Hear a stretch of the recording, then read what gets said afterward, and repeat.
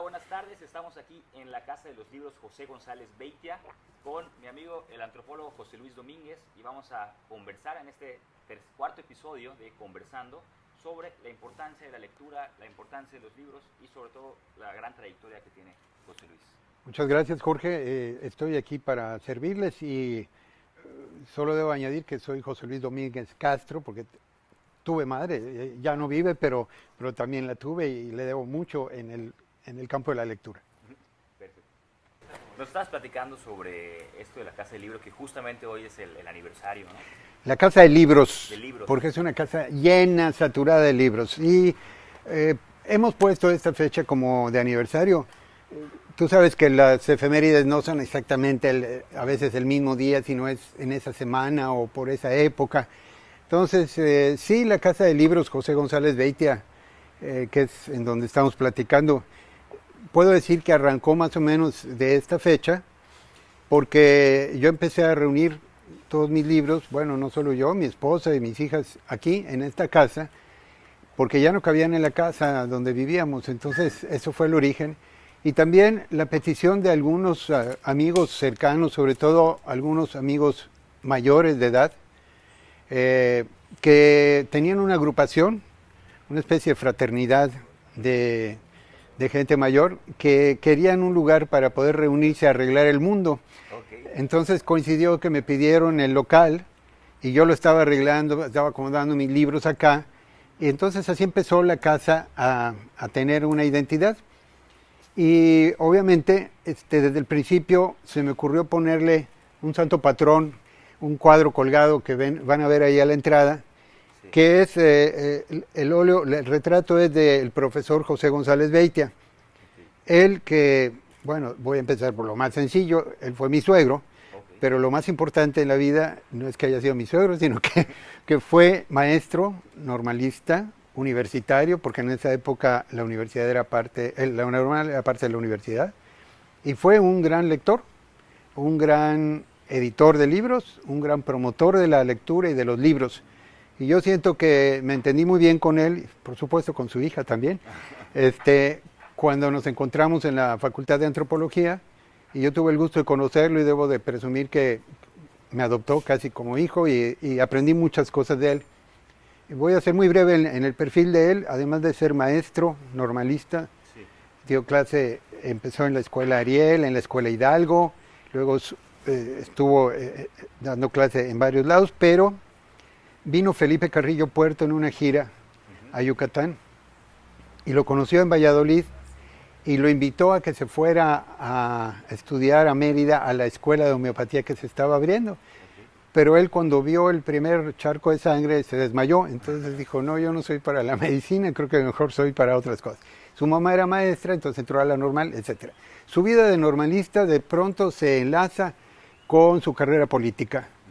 Tiene oportunidad de ser secretario particular de un subsecretario de Gobernación en México y ahí se encuentra con don Ernesto Novelo Torres, que ya era candidato a gobernador, se lo trae como secretario particular, lo nombran después diputado estatal y estando en esas, el Partido Socialista del Sureste, que era el que imperaba, sí, lo propone como candidato a gobernador y bueno, es obvio, en esa época no había tanta posibilidad, entonces era la única y gana la elección y él gobierna entre 1946 y 1951. Es primer periodo de 6 años de gobernador, es el último postulado por el Partido Socialista y gran parte de su obra de gobierno es escuelas, construcción, restauración, ampliación, maestros, alfabetización bilingüe, él hablaba maya, okay, es el último gobernador de Yucatán que habló la lengua maya. Sí. Estamos hablando de 1950, como dato al margen. La promoción hacia los maestros, hacia la universidad misma y hacia todo lo que fuera promoción cultural, bellas artes, deporte, él era un gran aficionado de la pelota. Y entre otras cosas, él, lo decía después, pudo hacer mucho porque había mucho dinero. Y el dinero venía del Enequén, que como todos sabemos, el oro verde estaba imperando, todavía estábamos en el clímax del Enequén. Sí. Y él me decía personalmente, no tenía chiste gobernar y hacer cosas porque había dinero para hacerlo. el problema vino cuando la federación, el gobierno federal, olió ese dinero y ese oro verde. Y entonces dijo, esto venga para acá. Sí. Entonces vino primero el candidato Miguel Alemán Valdés, le hicieron su campaña espléndidamente y ganó la elección, obviamente. Y después vino ya como presidente y vino a echarle ojo al oro verde. Esto es mío, ¿no? Y sí, esto se nos está escapando, igual que el algodón de la laguna. Entonces, tanto el oro verde como el oro blanco, venga para acá. Estamos en la época de la industrialización de México, de las grandes inversiones de Estados Unidos en México y de la gran entrega de Alemán a los capitales internacionales, particularmente norteamericanos. Entonces, cuando vino la elección, o sea, la sustitución de don José González Beitia, hay propuestas, hay 8 o 10 propuestas de candidatos, y el gobierno federal palomeaba una de 3, ¿no? Mandaron 3 ternas y ninguno era. Alemán traía su gallo, Tomás Marentes Miranda, que es un campechano que lo impone Alemán, ante lo cual el gobernador González Beitia, 6 meses antes de terminar, renuncia con carácter de irrevocable. Perdón si me cambié de tema y se me fue el hilo de la plática hacia el gobernador González Beitia, pero es que es un ejemplo cívico que hoy... Claro, y hoy tiene el nombre de la casa de... Así, por eso lo lleva, ¿no? Para hacerle un poco de justicia, claro. Ya que no tiene él ni monumentos, ni calles, y qué bueno, ¿no? Y dice que fue el último gobernador socialista.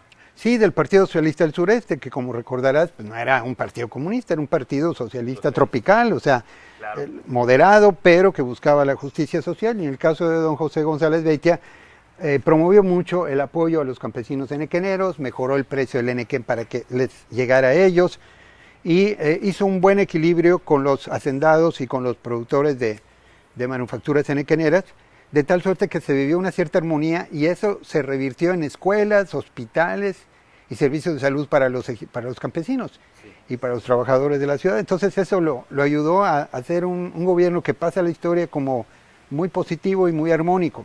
Sí. La desarmonía vino en su entendimiento o no entendimiento con la federación. Claro, como suele pasar. Entonces ya con todo este preámbulo, José Luis, dices, y le pones el nombre, ¿en qué años se inauguró esto? Me dices, o sea, hoy es un aniversario, ¿cuántos años cumple? Yo estoy estimando casi 15 años. 15 años. 15 años.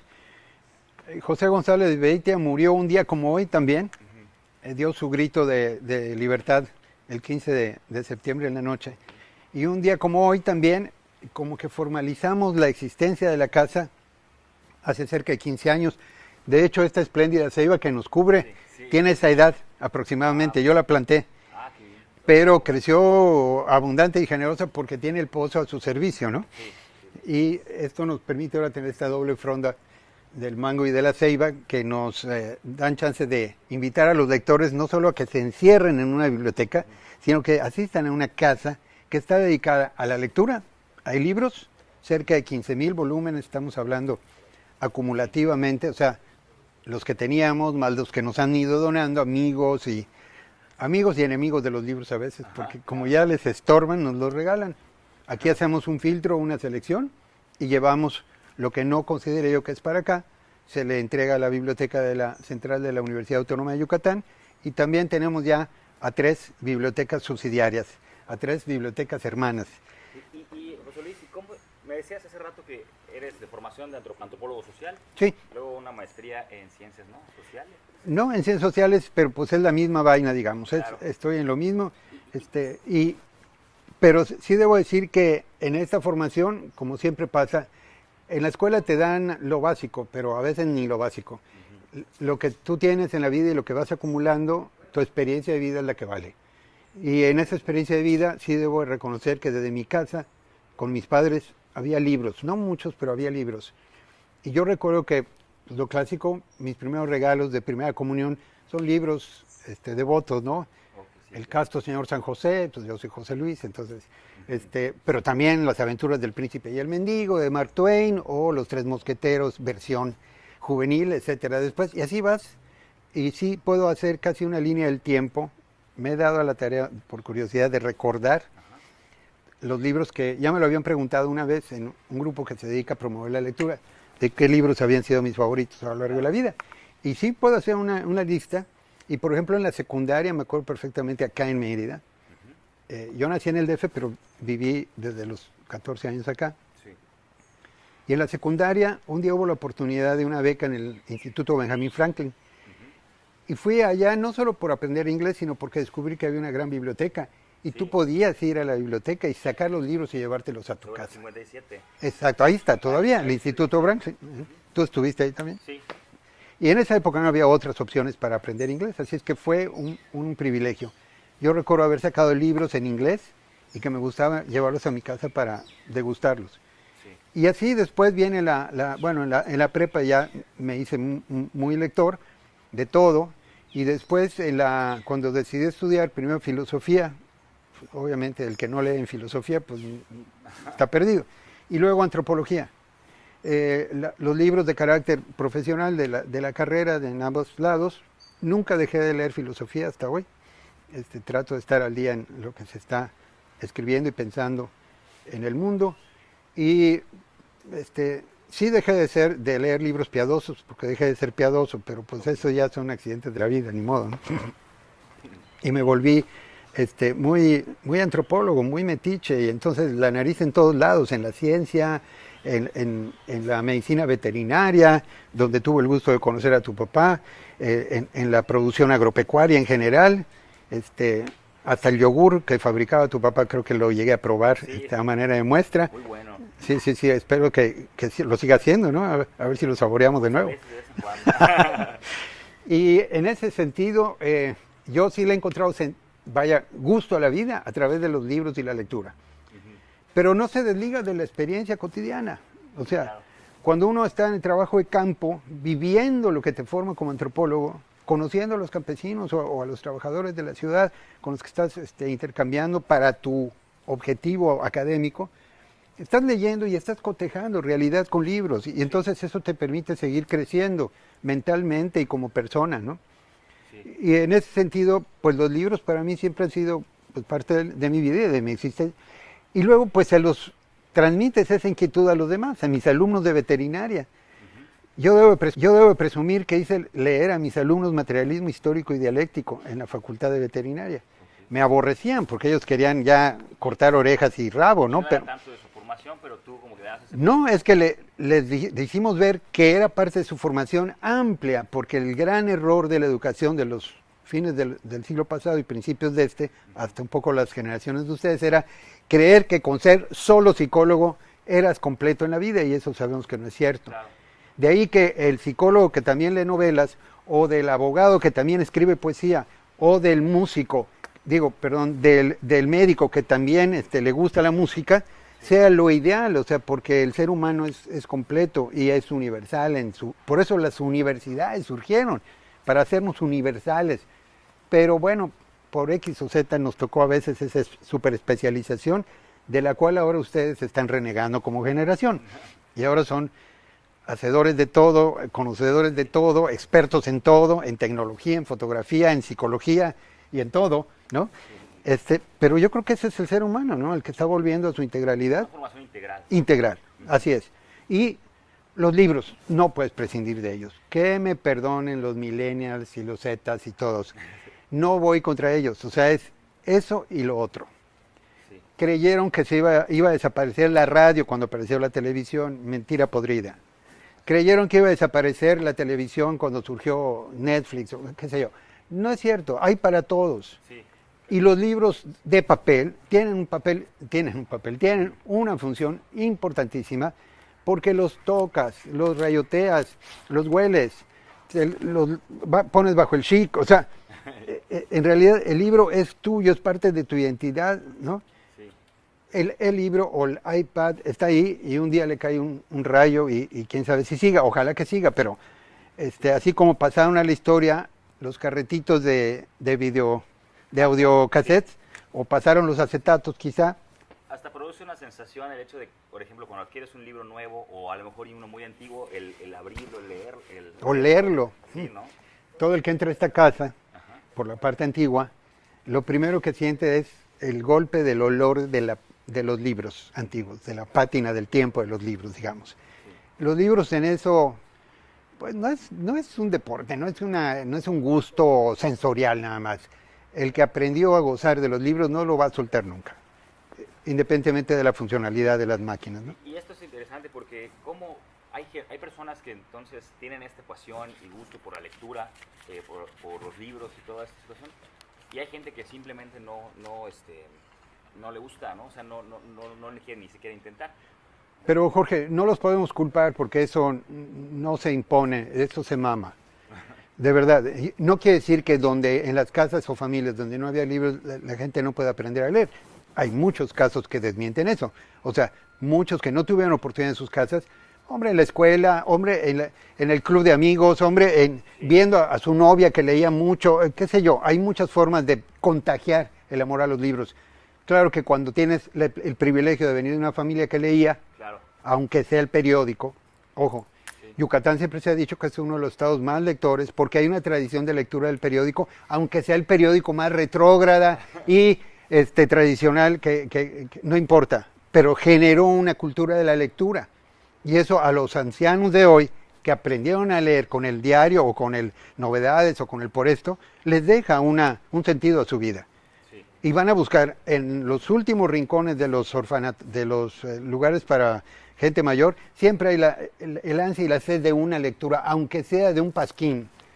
Digo, en el peor de los casos, hablo de los periódicos baratos. De las personas que tienen la fortuna de tener vamos a ponerle capital cultural, ¿no? Que se va transmitiendo de padres a hijos, de abuelos, y hay personas, y se cree que las personas que, por ejemplo, no tengan tanto las condiciones socioeconómicas o este capital cultural, no es tanto la lectura, cuando, como dices, se ha desmentido, ¿no? O sea, la lectura es para todos. Y además puedes ir, ahora va a haber muy pocos, pero muy bien surtidos reservorios de los libros como es que ustedes están visitando hoy. Yo, bueno, obviamente aquí viene el comercial, no solamente quiero que ustedes lo conozcan bien, lo difundan, y se lo hagan saber a todos sus gentes cercanas, sobre todo a los adultos y a los adultos mayores. Porque los adultos mayores sin libros estamos perdidos. O sea, no es que no aprendamos la computadora, digo, hay ahorita gente que a los 90 años está aprendiendo los programas, está bien, es admirable y eso es muy sano también. Como puedo aprender ajedrez a los 70, ¿no? O sea, o puedo aprender a cocinar a los 80, qué bueno. Y te da sentido, te da un nuevo sentido a tu vida.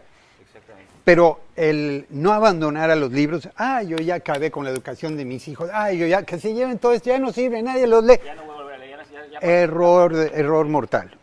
Aunque sea 2, 3 cositas que tengas en tu buró y que ojes de vez en cuando, uno que te recuerda, no sé, fulanito, fulanita que te lo regaló, que lo huelas, porque todavía huele a su perfume, bueno, a lo mejor. Pero independientemente de eso, el libro escrito rebota las ideas y te hace pensar más allá de lo que tú imaginabas. Sí, y está interesante porque yo, por ejemplo, como psicogerontólogo, trabajo con muchas personas mayores, esto es cierto, ¿no? He escuchado, porque me dicen, ¿no? Es que este libro lo leí cuando yo estaba en la secundaria, ¿no? Cuando yo tenía 15, 16, 17 años, hoy en día tengo 78, 80, y me recuerda, o lo veo desde otra perspectiva, o lo entiendo de otra manera. O lo guardas por cariño también y por memoria, ¿no?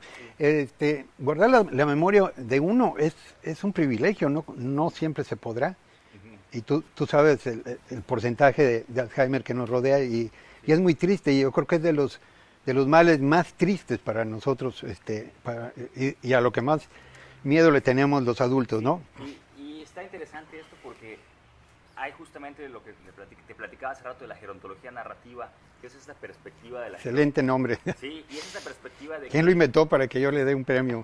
Claro, no tengo el dato ahorita, pero entonces esta perspectiva de que ve a las personas mayores como el sujeto, el ente de la sociedad, más capaz de crear narrativas por la experiencia de vida que tiene. Fíjate, en apoyo a lo que estás diciendo, los antropólogos, sobre todo los sociales, porque los antropólogos de piedras pues se van a excavar para encontrar las pruebas de la civilidad, etcétera, pero los lingüistas se van a buscar las partículas del lenguaje que te relacionan con el latín o con el totonaco, qué sé yo. Sí. Pero los antropólogos sociales, como también los sociólogos de alguna forma, y por qué no los politólogos también, si materia prima necesitas para pensar y hacer tus reflexiones y tus investigaciones, ¿qué es lo primero que nos recomiendan? Llegas a un pueblo, después de presentarse con las autoridades, busca a los ancianos del pueblo. Es lo clásico para nosotros. Sí. Yo recuerdo el día que me bajé del camión y cruzando con un frío de la patada en el pueblo de Tlalpujahua del Carmen, Michoacán, pueblo minero abandonado. Me cruzo y me veo una gran explanada, un parque, y un solo anciano sentado así tiritando ahí de frío. Dije, este es el primer objetivo para mí. No era yo antropólogo, claro. Yo iba por un trabajo que tenía que visitar a unas personas. Sí. Pero yo tenía la urgente necesidad de saber si alguien había conocido a mi padre que había nacido y vivido ahí.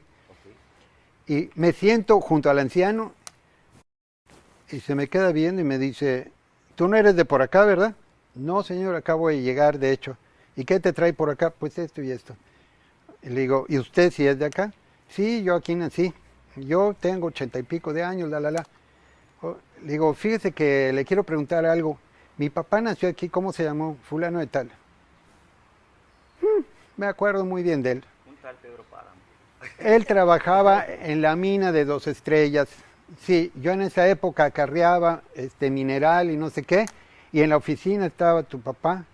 Pero era famoso porque era un gran bailarín en las fiestas. Dije, bueno, ahorita me voy a enterar de algo más todavía, ¿no? Mi padre había trabajado de jovencito ahí en la mina y este señor de 80 y pico de años se acordaba hasta por nombre, claro, bueno, tenía la otra habilidad, pero porque la gerontología narrativa, bueno, sí. Los gerontos somos libros abiertos, claro. Nada más que hay que tocarles para que suelten la información, ¿no? Sí, y esta perspectiva de que las personas más capaces en la sociedad de dar estas narrativas son las personas con experiencia, las personas mayores, las personas que se encuentran en la etapa de la vejez. Y más que nada, si bien son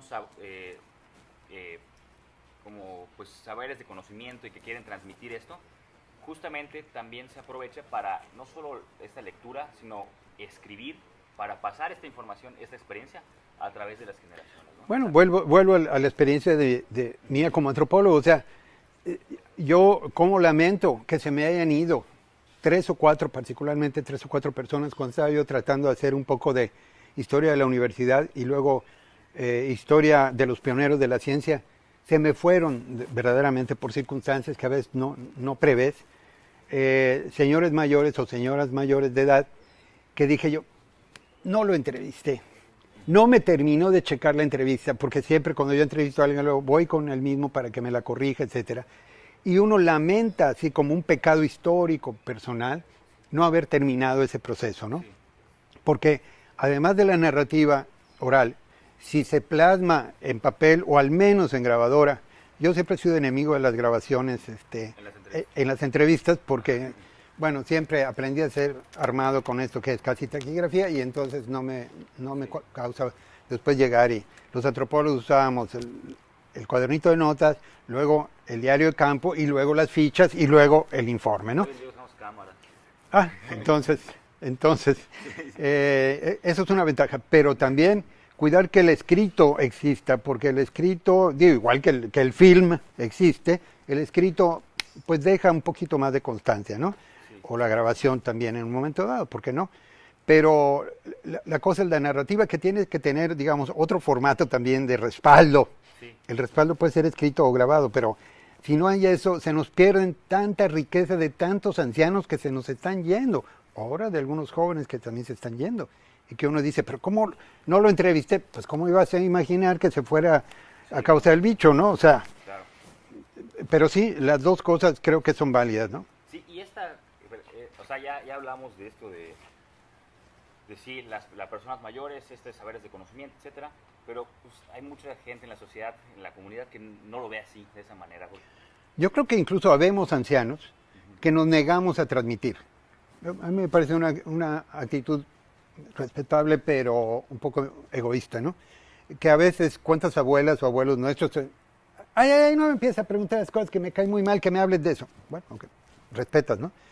O cuántas personas mayores que ahorita que están haciendo limpieza de casas, rompe todas esas fotos, que no quede nada. tira esos libros que se los lleva el basurero. ¿Pero por qué? O sea, eso es parte del patrimonio de la humanidad. Entonces, no se debe tirar nada. Yo digo, es como tirar un árbol porque córtalo porque nos tira mucha basura. Pues mejor barre, ¿no? Y la Fray Diego de Landa, ¿no? De quemar todo. Sí, pero ahí era por ideología, digamos, ¿no? Acá a veces es o por flojera, o por comodidad, y la gente los mayores que no transmitamos eso, pues nos vamos a ir con todo y todo, y nadie va a rescatar muchas de esas cosas. Tampoco se trata de hacer una mitología, una automitología, ¿no? ¿Y cómo consideras que sean opciones para transmitir esos conocimientos? Mira, te pongo un ejemplo muy reciente. Yo estaba haciendo la colección de pilares de la ciencia en Yucatán, en forma institucional, con la universidad. Después la universidad se rajó en la edición de los libros de papel. Entonces, desde el Parque Científico, el doctor Godoy tuvo a bien editar 4 números. Había un proyecto de 12.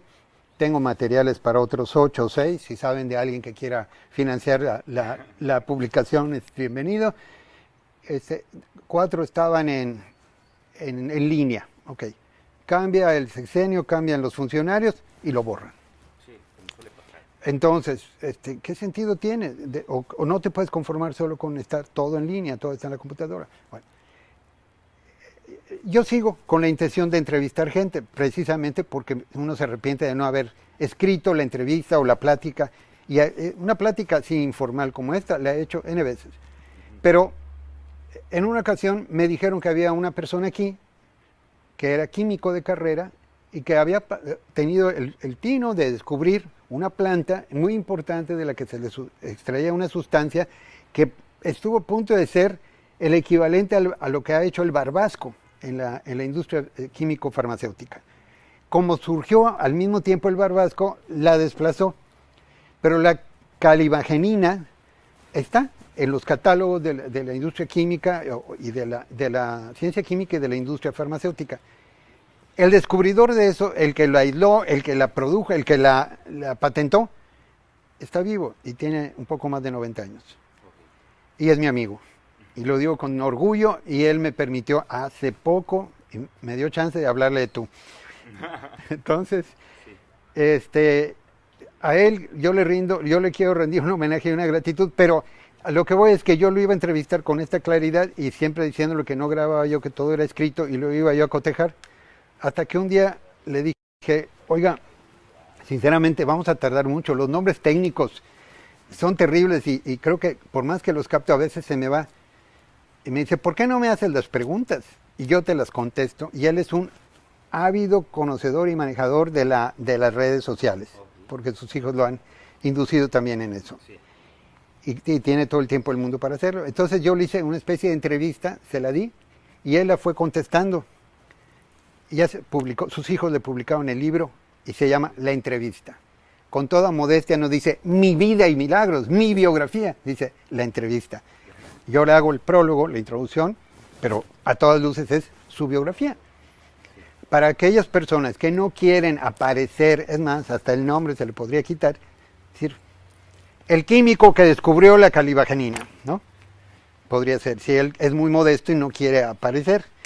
Lo contrario de muchas generaciones más recientes, que la selfie diario y en qué estás pensando y de qué color trae la ropa, y bueno, los mayores somos más discretos o no nos gusta tanto el show, y mucho menos cuando tenemos ya algún problema físico, visual, etcétera. Entonces, bueno, buscar un camino, un nieto, un hijo, un amigo, un vecino que registre tus datos y que algún día tú le autorices para que los registre por escrito o en grabación.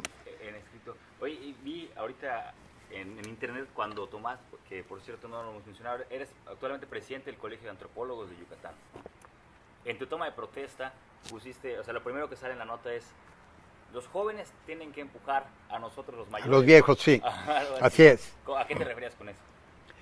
Por un lado, a que nos volvemos flojos con el tiempo. Hombre, yo ya me jubilé, ¿qué necesidad tengo de recibirlos a ustedes aquí, estar dedicando 2 horas, soportar otra vez, ver caras de gente bueno, a gente nueva, muy agradable que estoy conociendo, pero a gente que ya los conozco, sé todas sus mañas y todo, no, ¿qué necesidad? No, o sea, que vayan con otro, yo ya, nos volvemos medio flojitos para algunas cosas. Bueno, a veces tenemos problemas de salud que no nos permiten estar tan movidos, ¿no?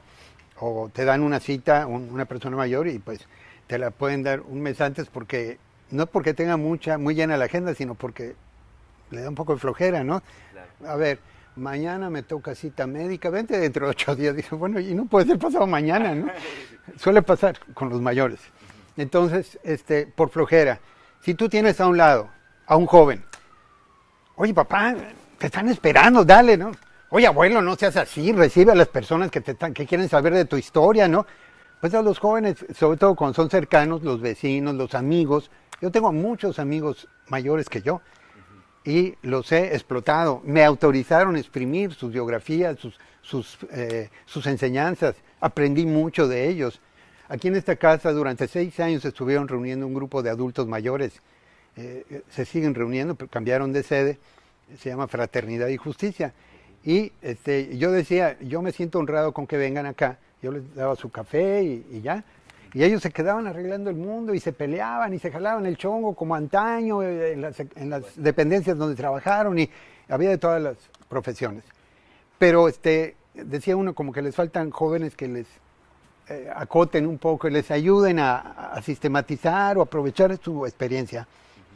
Yo decía que era como el niño Jesús en el templo en medio de los doctores, porque me llevaban como 20 años en esa época, ¿no? Entonces, bueno, pero yo digo, los jóvenes sí nos tienen que empujar. Y es un compromiso para los jóvenes, porque también, ya ese viejo ya todo lo revuelve, ya ni se acuerda de nada, se le olvida todo. ¿Qué te va a decir? ¿Qué te puede enseñar que no esté en la computadora, no? Bueno, también hay que ser justos, ¿no? Por algo en las grandes culturas, en las grandes civilizaciones, los ancianos tienen un papel primordial. No solo por sabios, sino por experimentados. Aunque sean medio ignorantes en redes sociales, la experiencia de la vida nadie te la quita. Claro. Los golpes que te diste, las traiciones que sufriste, los gozos que tuviste. ¿Cuántos abuelos le dan buenos consejos a los jóvenes en sus noviazgos, por ejemplo, o en sus falsos pasos de matrimonio o de divorcio, qué sé yo? Entonces, no es nada más en esas cosas personales de la vida, sino también en la apreciación del contexto, ¿no? En la manera de luchar por una sociedad mejor, en la manera de defender el patrimonio de la ciudad o de criticar los proyectos ultramontanos que nos vienen de no sé de qué planeta, la inspiración, ¿no? Etcétera. Entonces, si no hablamos los viejos, bueno, de todos modos no nos hacen caso, pero si los jóvenes escuchan las razones de los viejos, quizá pueda ser una buena alianza, ¿no? A eso me refería. Totalmente. ¿Y habías escuchado el concepto de relaciones intergeneracionales? Pues no, pero me suena bien, igual que la narrativa gerontológica, ¿no? Pues justamente este concepto en la gerontología habla intergeneración. Relaciones intergeneracionales. ¿Qué quiere decir esto? Las relaciones dinámicas que tenemos personas de distintas generaciones y cómo es benéfico para ambas partes. Tanto la experiencia que uno aporta como tal vez la otra perspectiva, la juventud, etcétera. Sí. Entonces, y de hecho eso se utiliza, por ejemplo, mucho en Europa. Por ejemplo, hay ciertas residencias para personas mayores que también son jardín de niños, ¿no? Muy bien. Y hay ciertas interacción, actividades sí, respetando las etapas de cada quien. Cada uno tiene sus diferentes necesidades, pero hay ciertas interacciones en donde, y está comprobado, o sea, científicamente, que hay mucho beneficio para ambas partes. Claro, y que no se reduzca la visita al Celarain en Navidad a cantarles para que lloren los viejitos. Digo, pues está bien, pero eso ya suena como de otro siglo. O sea, ¿por qué no se hacen visitas sistemáticas de charlas o de entrevistas en los hogares de ancianos que ahora proliferan, ¿no? O por qué los nietos no buscan a los abuelos que todavía existen, ¿no? Sí. O a los tíos, abuelos, los tíos solteros, las tías solteras. Qué vida tan desperdiciada, qué experiencia tan triste a veces que no haya quien les haga caso, ¿no?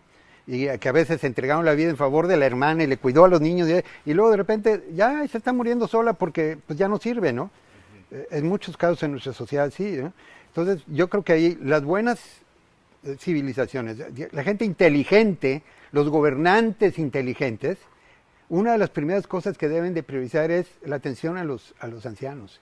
Sí. Yo conocí un presidente municipal de este estado, no hace mucho tiempo, era un joven médico, muy, muy chévere, que además de rescatar las escuelas que se estaban cayendo y los niños que no sé qué, rescató a los minusválidos, que estaban sobre todo a los que tenían algún problema mental, ocultos siempre en las casas, como una maldición, ¿no? Sí. Que nadie los viera.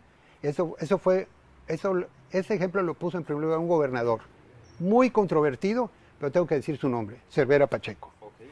Él rescató a todos los minusválidos de las oscuridades de las casas, sobre todo en el medio rural. E hizo los centros de atención donde contrataba psicólogos, etcétera, ¿no? Por un lado. Pero también este presidente municipal, recuerdo que hizo la búsqueda de los ancianos del pueblo, que ya nadie sabía si vivía o no vivía, estaba abandonado ahí en su hamaca, ¿no? En el rincón, y viene un ciclón y pues bueno, él se mojó más que los demás y ni modo, ¿no? Y salud, alimentación y todo. Y fue exitoso en su gestión de presidente municipal. ¿Y tú crees que aquí en el país o aquí en Yucatán se está valorizando esta cuestión de las personas mayores o al contrario se está alejando? Mira, pues hay modas, entonces hay que streamings ahora, ¿no? Entonces, pues si se pone de moda, o ustedes como semijóvenes, porque tampoco se cuecen ya el primer hervor, o sea, entonces como intermedios hacen la integración, yo creo que en ese sentido podría volverse una moda o una constante. Ahora, hay un requisito fundamental, Jorge, para que esto se dé, que seamos humildes y modestos. Los viejos, porque nos creemos, yo he hecho, yo he dicho, sin mí no hubiera habido humanidad, etcétera. Y los jóvenes, para que de veras quieran aprender, no darle el avión, no seguirle la corriente al viejo. Entonces, de ambos lados se requiere una virtud humana, la humildad, la sencillez. Sí. ¿Sí? Y esto que dices me recuerda mucho a esta como que pelea entre generaciones de que muchas personas mayores dicen, es que lo que estaba antes era mejor y ahorita las nuevas generaciones como que no. Y por otra parte, los jóvenes, es que ahorita con las generaciones, los boomers, ¿no? Los boomers nacían todo mal. Sí, no sé. porque ahora ya no es ni siquiera intergeneracional de 30 a 60 o de 40 a 80, no. Ahora, entre una generación de 10 años ya hay unas diferencias radicales, estúpidamente radicales, ¿no? Cuando en realidad, hombre, el hermano mayor siempre ayudó al que seguía, aunque a veces las diferencias eran notables en edad, pero yo no puedo decir quién soy si no invoco y evoco la memoria de mi hermano de 7 años mayor que yo, que me enseñó muchas cosas, desde cómo cargar la mochila para caminar más rápido por las calles de México, porque estábamos los dos estudiando allá, hasta aprender a degustar el whisky en las rocas sin necesidad de agua ni de agua mineral. Se lo debo a mi hermano y tan se lo reconozco que cada vez que viene nos echamos el whisky antes que nada, ¿no? Entonces, de esa manera, si uno tiene un poquito de sencillez de reconocer a los demás, aunque no haya mucha diferencia, hay que me puede enseñar este boomer o ¿cómo se llama? Sí. Como millennials. Sí, no, pero además de 10 años ya se desprecian unos a otros, ¿no? Sí. O antes era, no, es que él es estudiado, te decían en los pueblos, ¿no? En las comunidades pequeñas. Es que como usted sabe mucho, ¿cuál sabe mucho? O sea, yo soy un chamaco que estoy aprendiendo y usted sabe más de vida que yo. Los agrónomos con la actitud que llegaban a enseñarle a los pobres campesinos ignorantes, cuando ahorita es al revés. Ahí sí, por ejemplo, se aprecia que sí hay una mayor revaloración de los antiguos porque recolección de semillas, reconstrucción de técnicas tradicionales, alimentación basada en lo que los antiguos comían, las recetas de la abuela. Esas son los formatos sencillos pero populares que se pueden desarrollar para que se haga este intercambio y este enriquecimiento intergeneracional. Y gracias a eso creo que podemos sobrevivir mejor en este planeta. ¿Sabes qué? ¿En dónde crees que hace falta esta transmisión de conocimiento? Se pasa, viene de las escuelas y de las familias, pero repito, si inventamos nuevas pequeñas instituciones como la organización de ustedes que está fomentando esto, o como una biblioteca que recibe a jóvenes, y yo aquí recibía adultos para pláticas de historia, y recibía a jóvenes y los juntaba para pláticas de ciencia. Y un día una señora de las rucas me dijo, bueno, ¿y a cuenta de que nosotros no podemos saber de ciencia? Tienes razón, perdóname, sí, he cometido un error.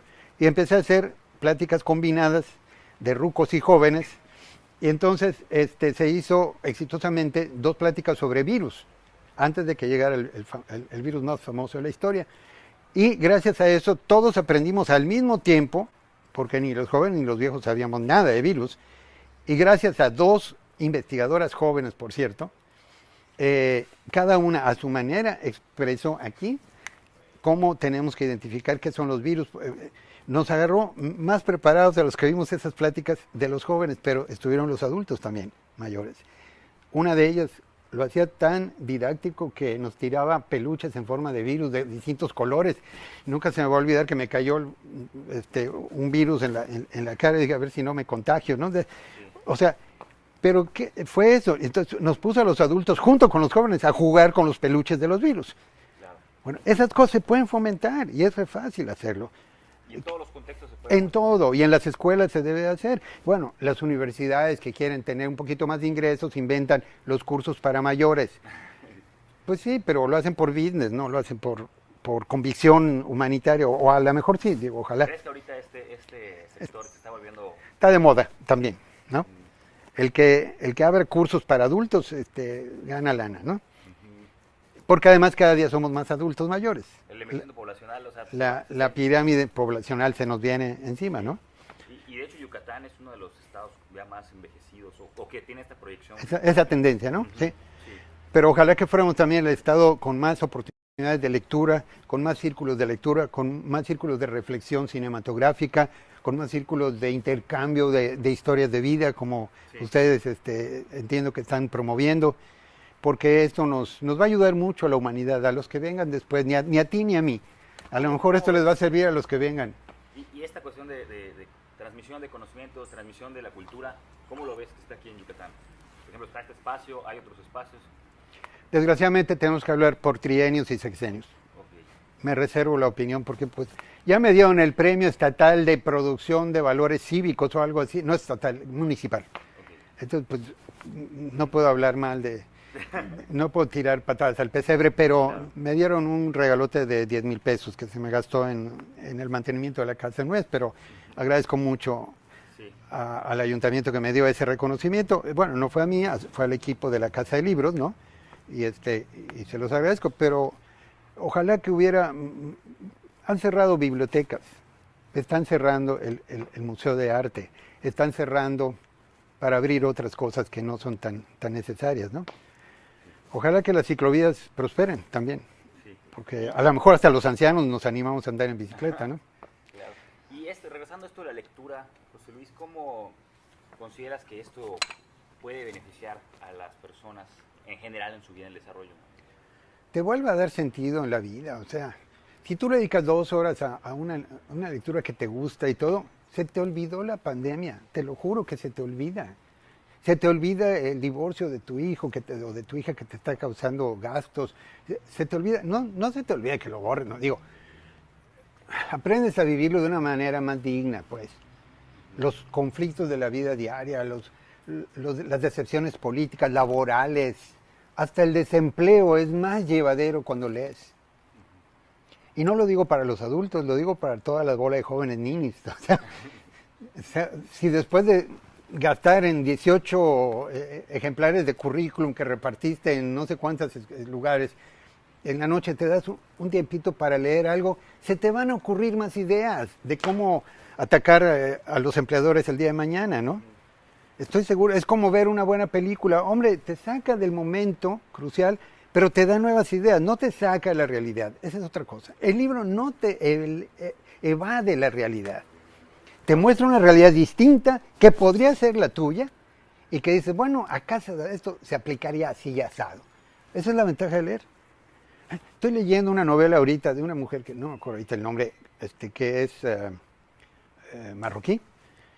Es la historia personal de una portera de un edificio. ¡Qué belleza de obra! Es la autora de, esto se llama La elegancia del erizo, que ya es película, se las recomiendo, por cierto.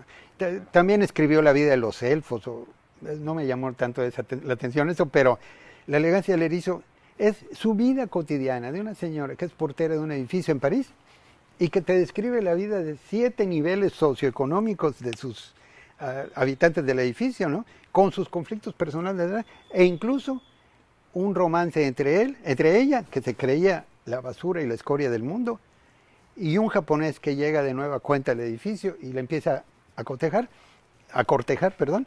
Bueno, también la cotejó, la acotó, y la enamoró, ¿no?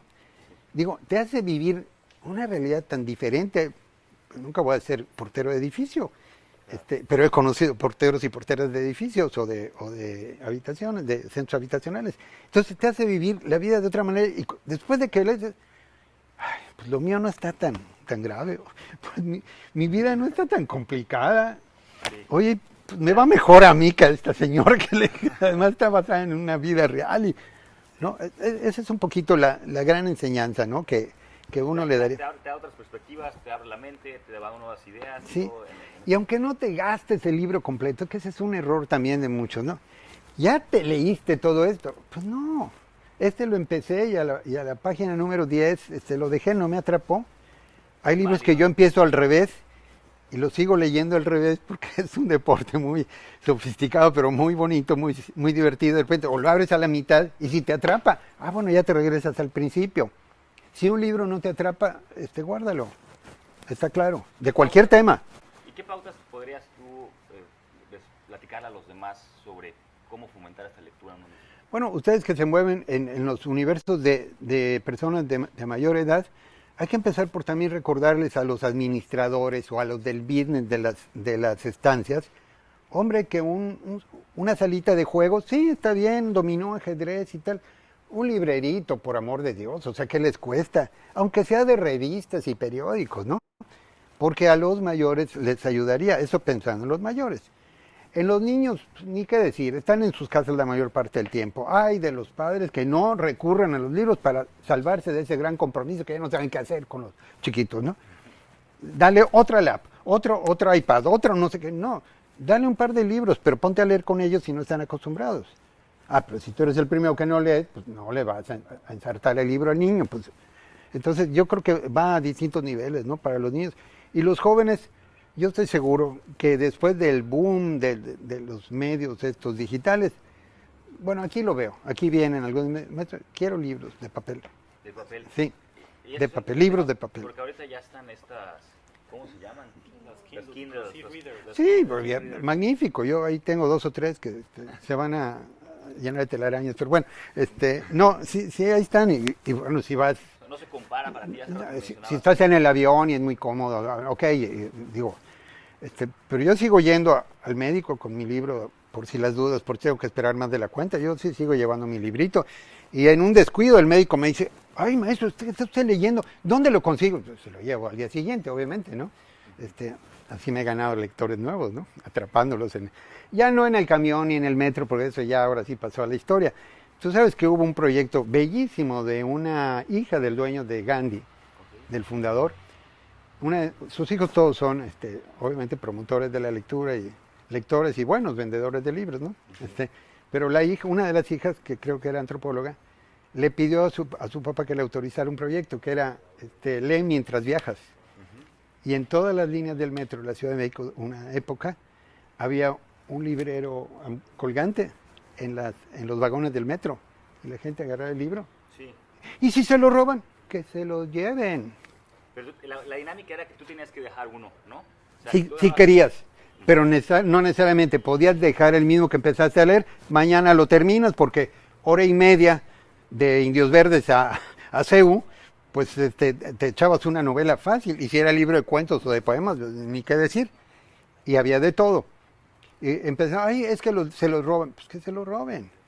¿Tú sabes lo que hizo una vez Salvador Alvarado cuando gobernó Yucatán?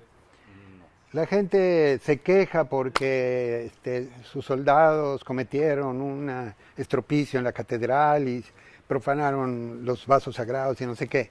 Y nadie se acuerda lo que hizo por la lectura y por la cultura y por la educación.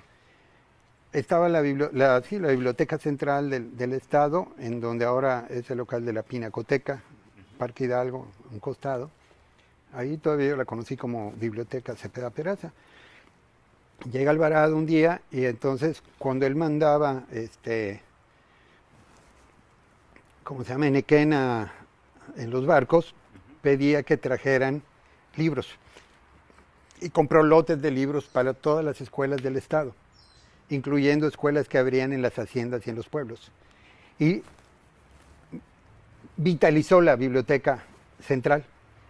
Entonces un día pasó, diario salía de Palacio, yendo hacia la universidad, pasaba y decía, ¿cómo va? Y veía que los bibliotecarios estaban ahí atendiendo gente. Y un día llega y un bibliotecario le dice, ay, general, qué pena, ay, venga, por favor, pasó una desgracia. ¿Qué pasó?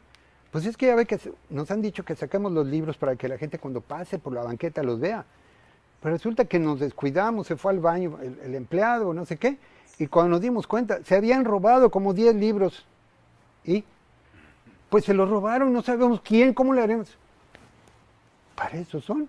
Ojalá que se robaran más. Dio la media vuelta y se fue. Aquí en esta casa, hace 10 años, un día me llama el muchacho que me ayudaba. Maestro, estoy aquí, no sé qué hacer. La puerta está forzada, rompieron la puerta de atrás. ¿Y qué pasó? No toques nada, ahorita voy para allá, llamé a la policía, vino y todo. Empiezo a recorrer, los cajones abiertos, no encontraron ni laptop, ni celulares, ni dólares, ni nada, porque por aquí hay muchos dólares alrededor.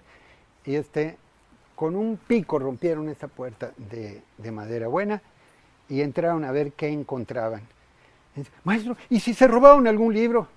Ayúdame a buscar a ver si hay huellas de alguno, porque lo publicamos como un ejemplo a seguir. Que se hubieran robado, me hubiera dado de santos que se hubieran robado un libro. Pero maestro, aquel libro bueno de las joyas que usted tiene, aquí está el libro de las joyas, ¿tú crees que iban a abrir y iban a encontrarlo? Jamás. No estoy ni un solo libro, qué pena.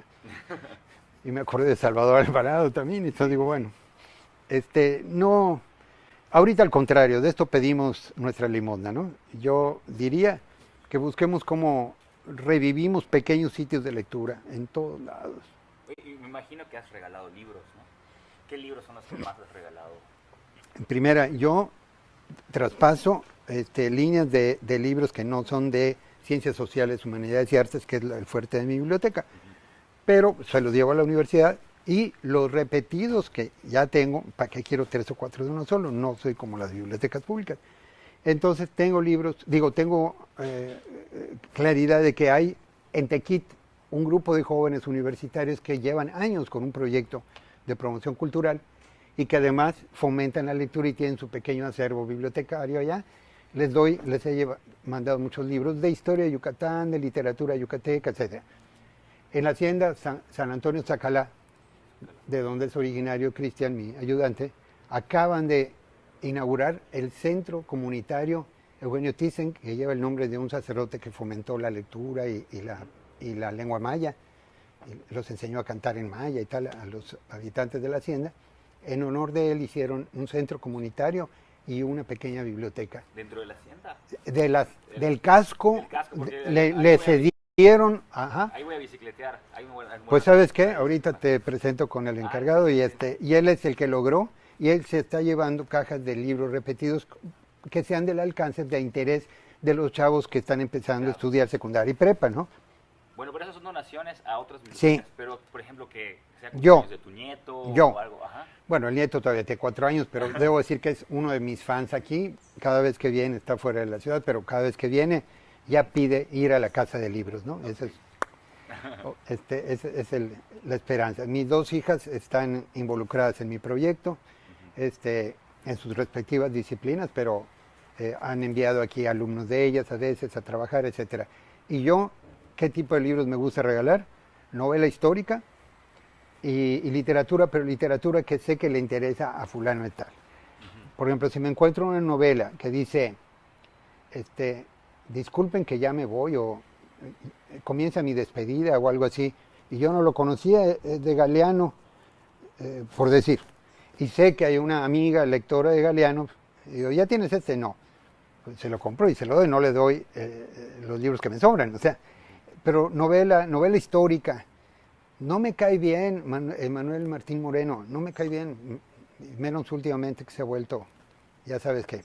Entonces, pero tiene novelas históricas que te enseña a recordar los pasajes de la historia de México en forma novelada y te le echas como pan caliente. Entonces yo he regalado mucho a Manuel Martín Moreno, por ejemplo, Bueno, obviamente Saramagos o Galeanos, son de los libros que me gusta regalar.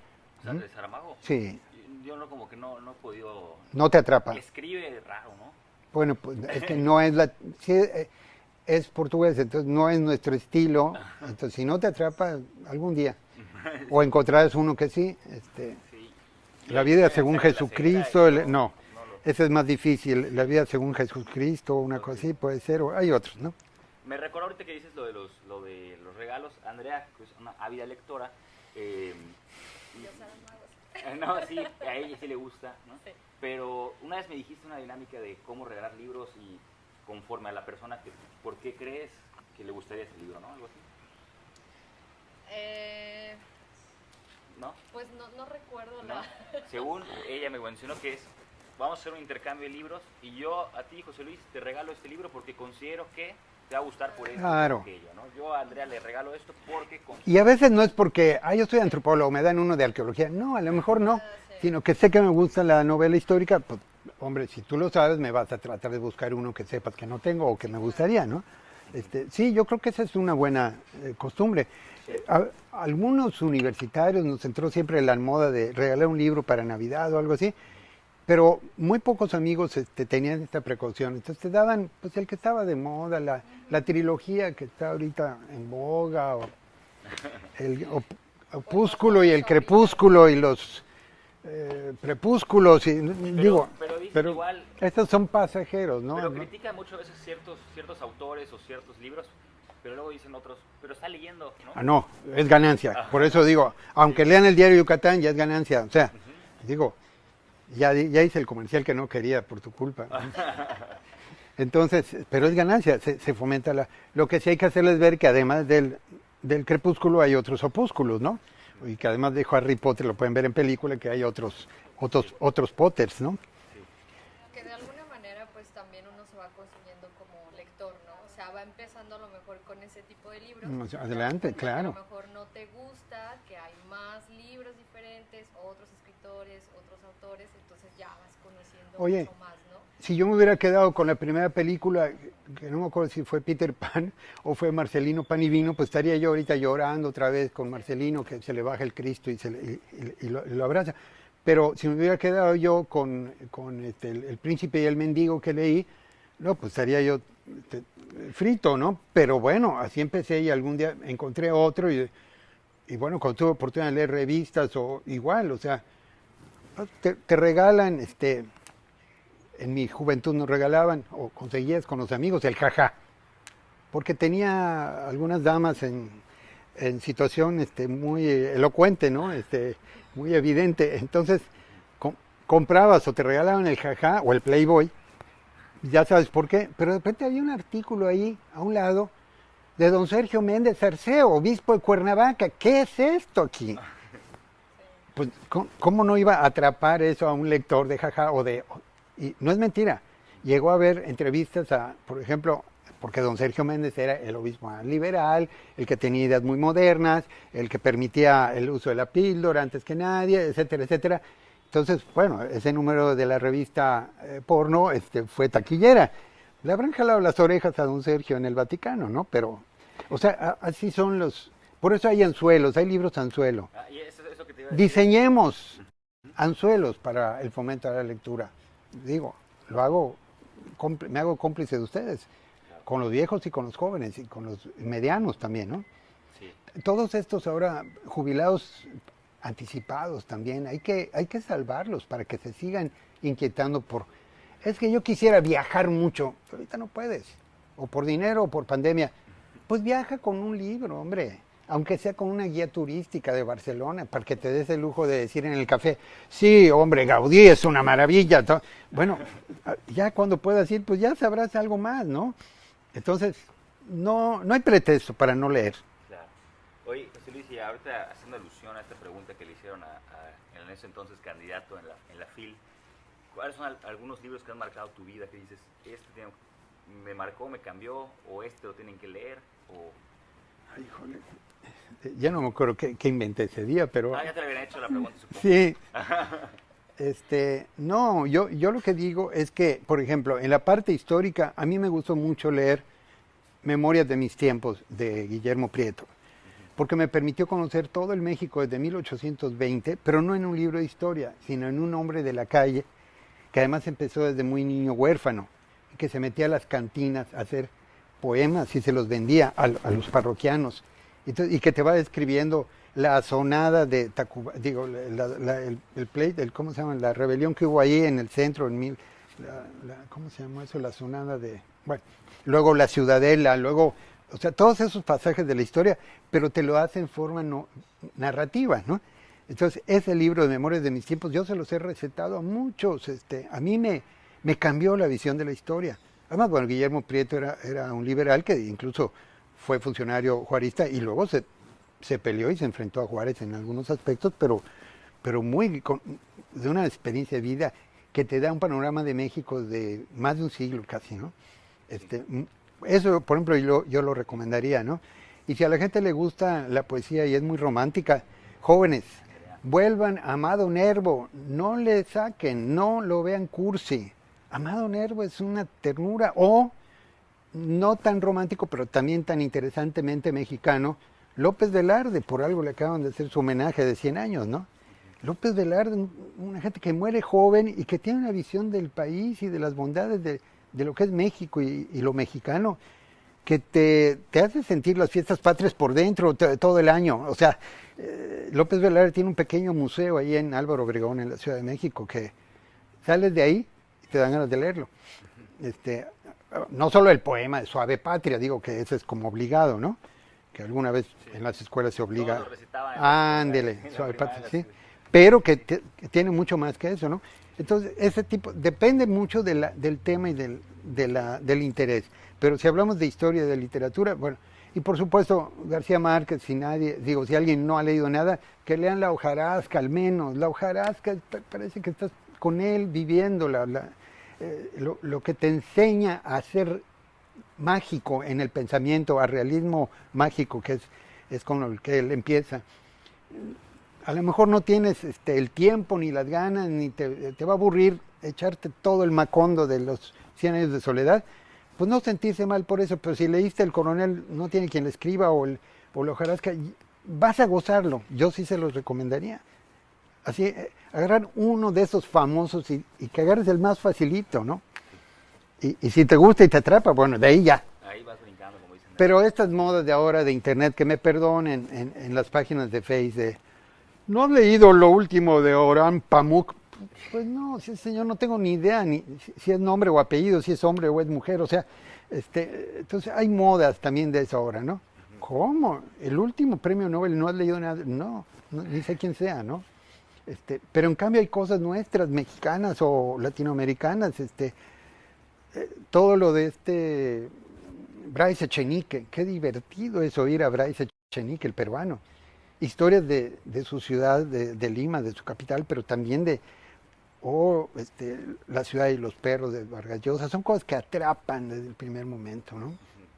Me cae re mal el Vargas Llosa, pero no puedo negar que la ciudad y los perros y otros fueron claves, ¿no? Para muchos latinoamericanos, ¿no? Sí. Y bueno, pues si eres también poético y además medio político, nacionalista y todo, bueno, pues Neruda es obligado, no solamente su faceta romántica, sino también su faceta política, ¿no?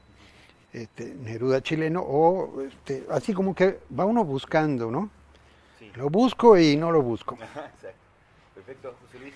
Pues ya para ir cerrando, no sé si te gustaría hacer algún anuncio sobre la Casa de los Libros, José González Beitia, una invitación. Pues sí, la Casa de Libros, José González Beitia, situada en Mérida, en la de Yucatán, en el rumbo de los hoteles, para ser exactos, en la esquina de lo que era el Driving Colón y a la vuelta de Reforma, cerca de la Plaza de Toros, fácil de llegar por los 4 lados, calle de doble sentido, cerca del área ahora hotelera, repito, turística del nuevo centro de convenciones, con lugar para estacionarse, con 5 cajones dentro de la cochera de mi casa de libros, pero una casa llena de libros, de revistas, de sorpresas y también de archivo histórico, documental de la época de la que hablamos, de Miguel Alemán y de González Beitia. en los años 40 a 50, donde podemos imaginar qué fue Yucatán, qué fue Mérida, y que nos ayudaría mucho. Pero bueno, tratando de estar al día en novelas, en libros históricos o libros de moda, hasta libros de cocina que ya también nos han estado regalando, actuales, cosas de política, de filosofía, de religión. Tengo algunos temas de religión. Más de 13, ¿cuántos ejemplares? Cerca ya, si no es que ya los pasamos en esta semana, 15,000. 15,000. Cuando hablamos de ejemplares es más fácil hablar de títulos, porque un título puede ser desde una enciclopedia hasta un folleto, ¿no? Entonces, 15,000 títulos ya los tenemos. De ahí, el 90% sus portadas están escaneadas, o sea, están en el catálogo que se puede ver en nuestro sitio de internet, y tenemos página Facebook también. Okay, Casa de Libros JGB, que es José González Beitia con B grande. Casa de Libros JGB. Bueno, si es sitio o si es la página. Lo ponemos en el link ahorita. Correcto, muy bien. Y allá en el sitio van a encontrar un recorrido por toda la casa, de sala por sala. Todavía no está la parte nueva, pero algún día la vamos a adherir. Y en la página Facebook ponemos los eventos que tenemos, como lo que va a haber hoy en la tarde, el día de aniversario, y también las reseñas de libros. Estábamos haciendo 1 o 2 por semana. Por la pandemia nos hemos vuelto un poco flojos, no tenemos jóvenes que nos estén exigiendo las reseñas y que empujen para hacer más reseñas de libros, porque eso ayuda para decir, ahí lo tienen, sí. Los libros que reseñamos son los que tenemos o que nos acaban de regalar o que conseguimos en una donación. Reseñas, eventos, cuando hay pláticas, cuando hay cine debate o hay charlas. Ha habido conciertos aquí en este patio, ha habido conciertos uno de música yucateca y otro de música clásica. Este patio es espléndido a la sombra de mi ceiba y del mango para hacer eventos también. E invitamos a todos los que quieran venir, jóvenes y grandes, chicos y jóvenes y viejos, a conocerla sin compromiso. Para los que queden atrapados, los invitamos a tener membresía. Vendemos una tarjetita para conseguir fondos para la casa. No tengo financiamiento de nadie, de ningún gobierno, ni de ningún partido, ni de ninguna iglesia, ni de ningún club deportivo, ni nada. Y hay gastos de mantenimiento, entonces estamos ofreciendo la membresía para tener derecho a 1 año de uso de libros, venir a ver los libros, llevárselos a su casa, excepto que sean de colección, y usar la sala también para cuando se requiera. Un costo de 300 pesos al año, ¿no? Creo que para estudiantes tienen concesiones de credencial de estudiante. Y luego hicimos nuestras tazas también, que las tenemos que publicitar, 100 pesos la taza para que colaboren con algo. Las playeras, que también las estamos ofreciendo en 2 tonos y 2 estilos. Y estamos metiéndonos a hacer algo interesante que sale del ámbito de la cultura y que se mete un poco a nuestra salud y a nuestra digestión. El pan de colmena. Okay. Es una mezcla que algunos expertos me han enseñado y que la estamos preparando en forma doméstica totalmente, no es un producto comercial. Una mezcla de miel pura y auténtica, porque ahora sabemos que hay muchos engaños y deformaciones, con polen, en una proporción y en una espesura tal que es más líquida que sólida, y que una cucharadita en ayunas todos los días a muchos adultos mayores nos ha aliviado de muchos males digestivos, colon, etcétera, del sistema urinario, contra los efectos secundarios de herpes o de lupus o de cáncer en algunos casos. Ha sido un auxiliar, no es una medicina, es un auxiliar funcional, es lo que se llama ahora en nutriología alimentos funcionales.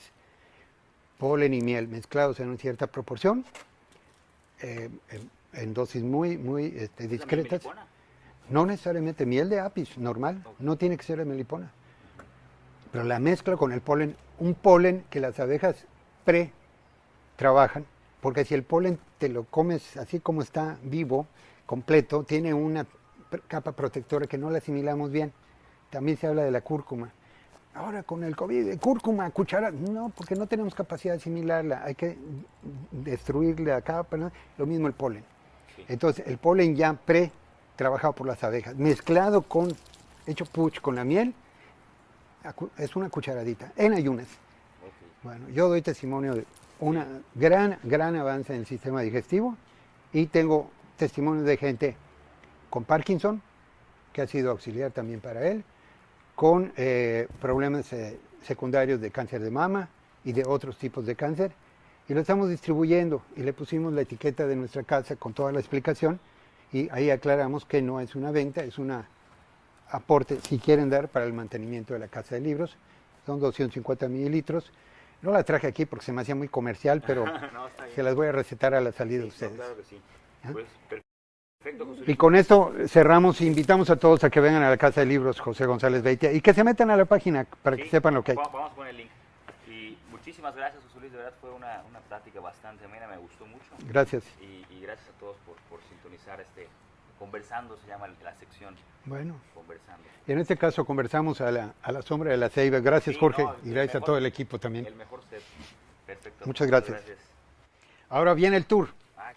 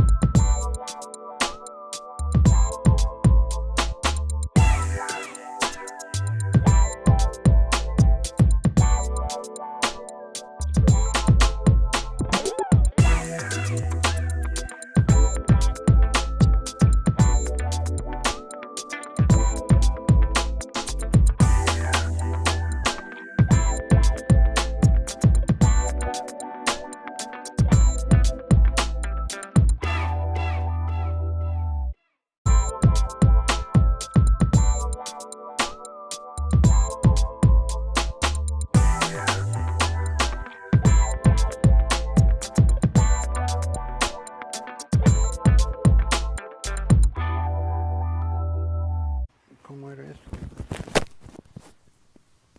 Dios mío, ¿a qué tamaño hemos llegado? La nanotecnología, qué horror. Te colgaban una cosa acá y luego te la ponías acá en la nalga y bueno, era horrible.